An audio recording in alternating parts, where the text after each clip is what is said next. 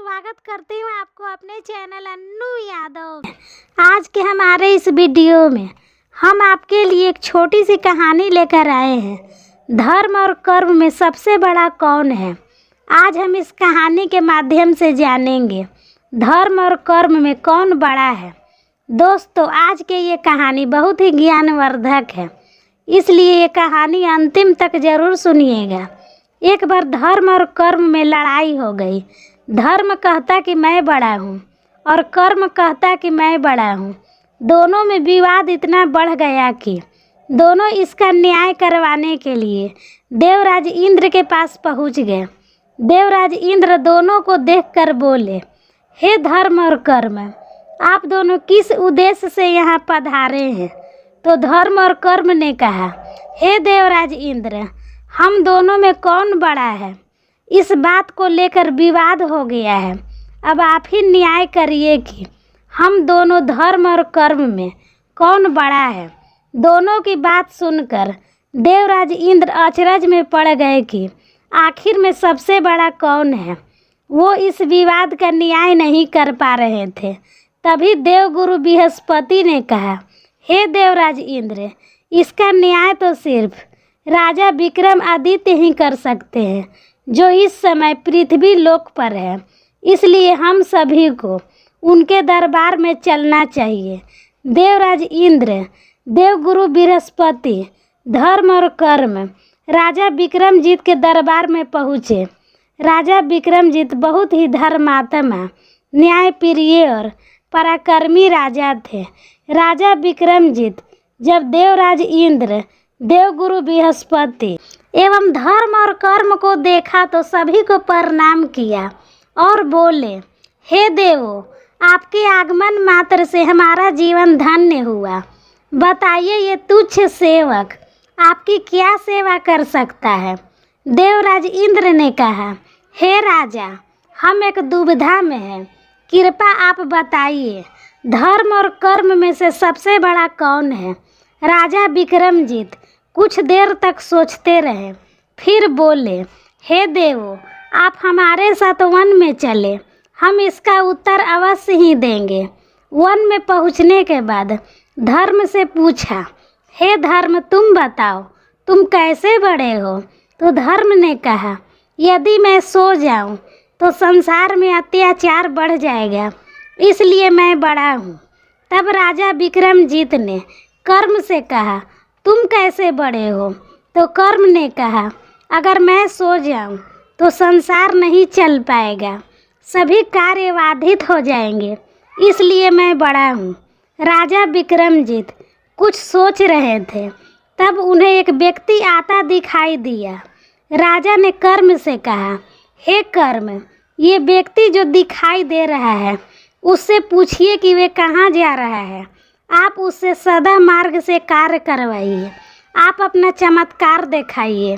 उसी समय धर्म बोला, हे राजन, मैं उस व्यक्ति का धर्म हूँ, इसलिए मैं सोने जा रहा हूँ, आप सिर्फ कर्म को ही भेजिए। धर्म सो जाता है और कर्म उस व्यक्ति के पास पहुँच जाता है। दोस्तों, आप सभी भी ये जानते ही हैं, बिना अन्याय, धर्म और नीति के कर्म एक क्रूरता में बदल जाता है, वे अत्याचार में परिवर्तित हो जाता है। कर्म उस व्यक्ति के पास जाकर बोला, आप कहाँ जा रहे हैं? उस व्यक्ति ने जवाब दिया, मैं अपने गुरुदेव के दर्शन करने जा रहा हूँ। तो कर्म बोला, हे मनुष्य, मैं तुम्हारा कर्म हूँ और तुम्हारे साथ ही चल रहा हूँ। तुम अपने गुरुदेव से अच्छा सा वरदान मांग लेना। वे व्यक्ति अत्यधिक खुश हो गया और अपने गुरुदेव के दर्शन के लिए व्याकुल था। दोस्तों, उस व्यक्ति का ज्ञान धीरे धीरे खत्म हो रहा था। जब वे गुरुदेव के पास पहुंचा तो गुरु तपस्या में लीन थे। वे गुरु को जगाना शुरू कर दिया। गुरु का भी धर्म खत्म हो गया था, सिर्फ कर्म ही कर्म था। जब गुरुदेव कुछ देर तक नहीं बोले तो उस व्यक्ति ने गुरुदेव को मारना शुरू कर दिया, अर्थात कर्म करना प्रारंभ कर दिया।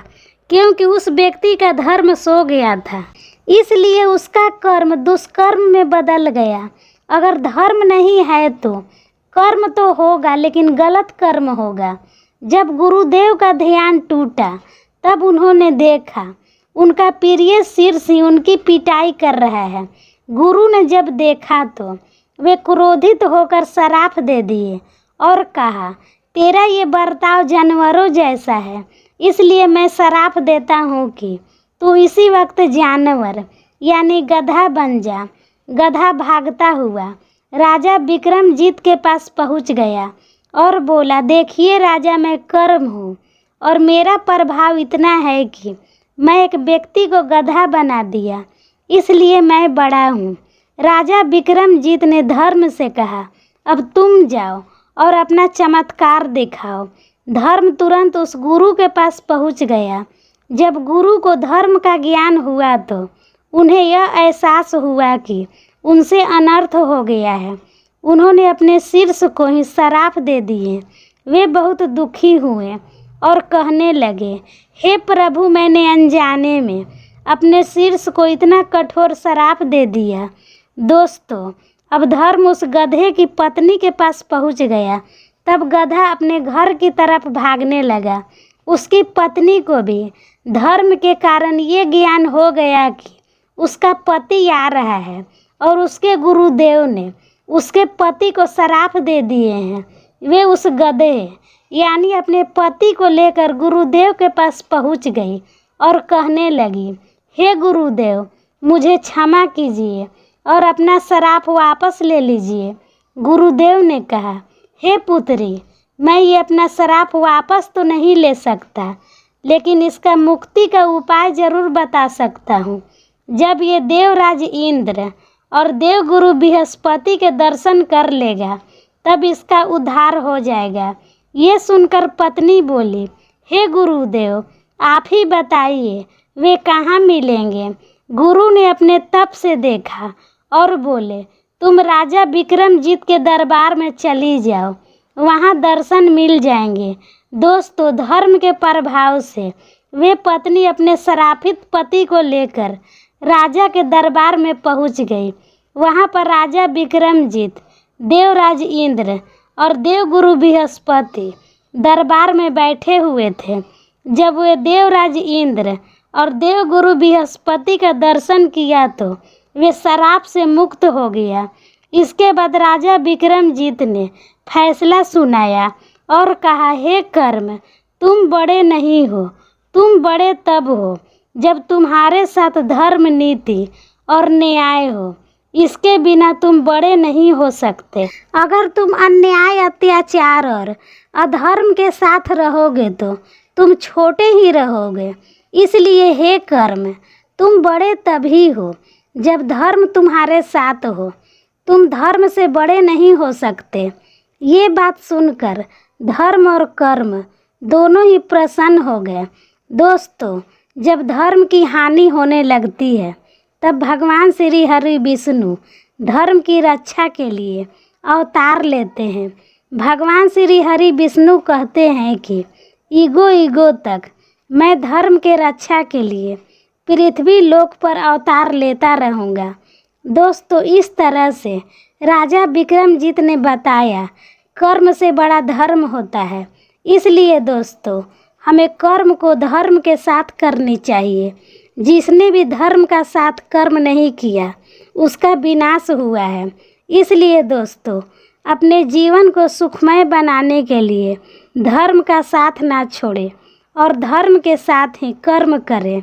अन्याय और अत्याचार का साथ ना करिए।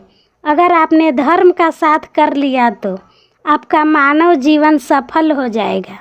तो दोस्तों, कैसी लगी आपको ये कहानी हमें कमेंट बॉक्स में लिख कर ज़रूर भेजें। वीडियो पसंद आए तो चैनल को लाइक और सब्सक्राइब करना ना भूलें। वीडियो देखने के लिए धन्यवाद देती हूँ। खुश रहिए, मस्त रहिए, आपका दिन शुभ हो।